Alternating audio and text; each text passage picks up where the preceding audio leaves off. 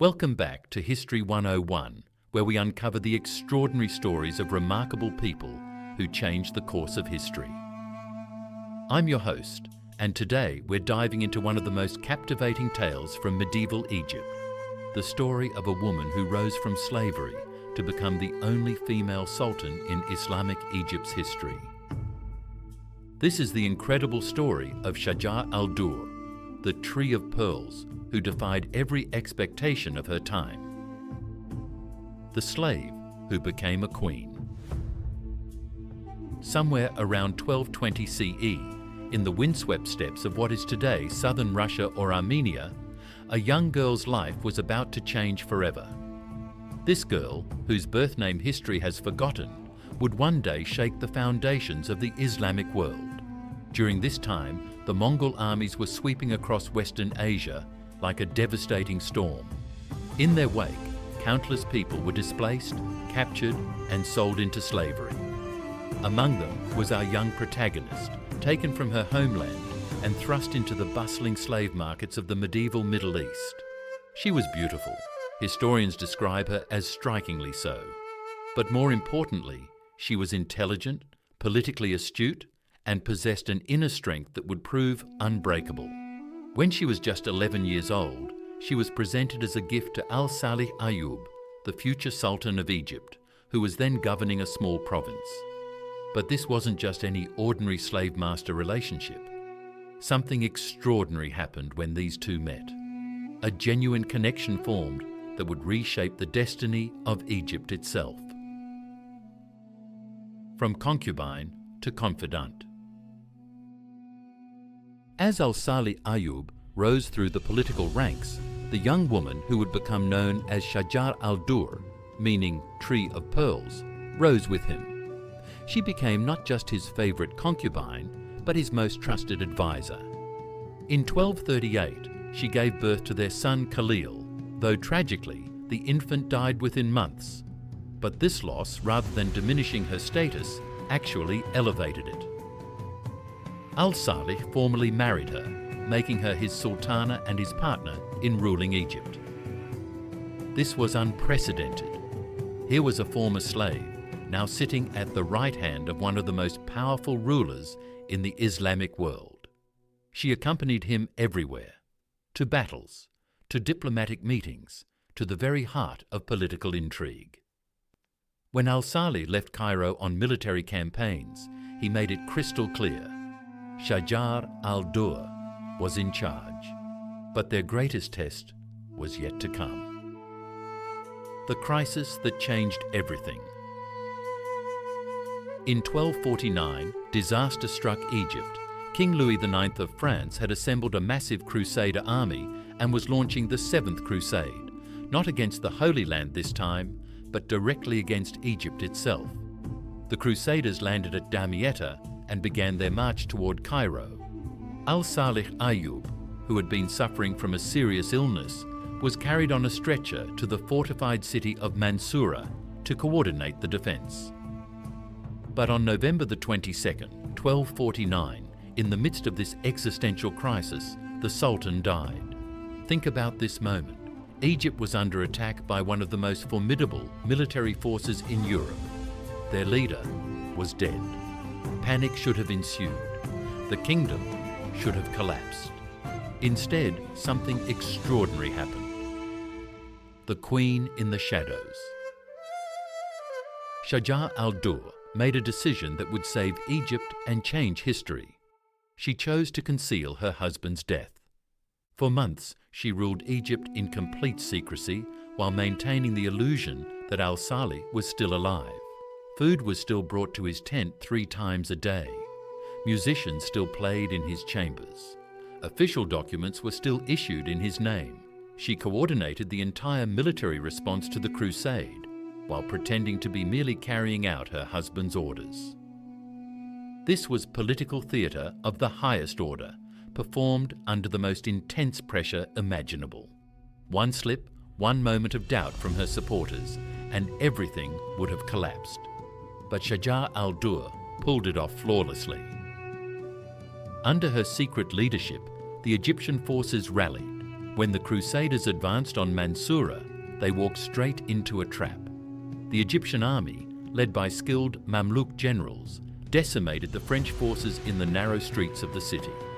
King Louis IX's brother was killed in the battle, and eventually Louis himself was captured. The Seventh Crusade was not just defeated, it was utterly crushed, and it was all orchestrated by a woman ruling from the shadows. The Sultan revealed. When Turan Shah, al-Salih's son from a previous marriage, finally arrived from Syria, Shajar al-Durr revealed the truth about his father's death. Turan Shah became Sultan, but he quickly proved to be everything his father was not: rash, ungrateful, and politically tone-deaf. He began replacing his father's trusted officials with his own people. He demanded that Shajar al-Durr hand over all the royal treasure and her personal wealth. He threatened the very Mamluks who had just won him a kingdom. The Mamluks, those elite slave soldiers who had served with such distinction, were having none of it. On May 2nd, 1250, they assassinated Turan Shah and made a decision that would shock the Islamic world. They chose Shajar al-Durr as their sultan. The Sultana of Egypt.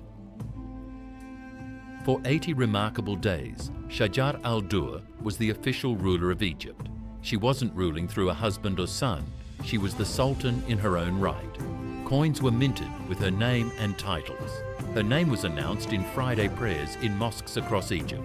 She signed royal decrees with her own hand. Her first act as sultan was masterful diplomacy. She entered into negotiations with Queen Margaret of Provence, the wife of the captured French king Louis IX. Picture this: 2 queens, 1 Muslim and 1 Christian, working together to bring peace between their nations. The result was a diplomatic triumph. Damietta was returned to Egypt, the crusading army withdrew, and a massive ransom of 400,000 livres tournois was paid for Louis IX's release. This was roughly equivalent to 30% of France's entire GDP at the time. Shajar al-Durr had not only defended Egypt, she had made it rich. The price of power. But being a female ruler in the 13th century Islamic world came with enormous challenges. The Abbasid Caliph in Baghdad refused to recognize her authority. When news reached Damascus, the Syrian emirs rejected her rule and handed their territories to rival claimants. The Caliph in Baghdad even sent a sarcastic message: "If you lack men in your country, let us know, and we will send you some." Faced with mounting pressure, Shajar al-Durr made a pragmatic decision. She married Izz al-Din Aybak, the Mamluk commander, and officially transferred power to him. But this was no ordinary marriage of submission. She retained real authority behind the scenes. For 7 years, this arrangement worked. Aybak was the public face of power, but Shajar al-Durr remained the real decision-maker. She controlled the treasury, influenced policy, and maintained her network of loyal supporters. The fatal betrayal. But power corrupts, and Aybak began to want more than just a ceremonial role. By 1257, the relationship had deteriorated dramatically. The final straw came when Aybak decided to take a second wife, the daughter of a powerful emir in Mosul. To Shajar al-Durr, this wasn't just personal betrayal, it was political treason. A second wife would mean divided loyalties, potentially hostile allies, and the erosion of her own position. She made a fateful decision. On April 10, 1257, Aybak was assassinated while taking a bath, killed by his own servants on Shajar al-Durr's orders. But this time, her political calculations proved wrong. Without Aybak, she lost crucial support among the Mamluks. When the murder was discovered, she was arrested and imprisoned. The tragic end. Aybak's son from his first marriage became the new sultan, and in a cruel twist of fate, he handed Shajar al-Durr over to his mother, Ali, Aybak's first wife, for judgment. On April 28, 1257, just 18 days after Aybak's assassination, Shajar al-Durr met her end. She was beaten to death with wooden clogs by the serving women of Ali.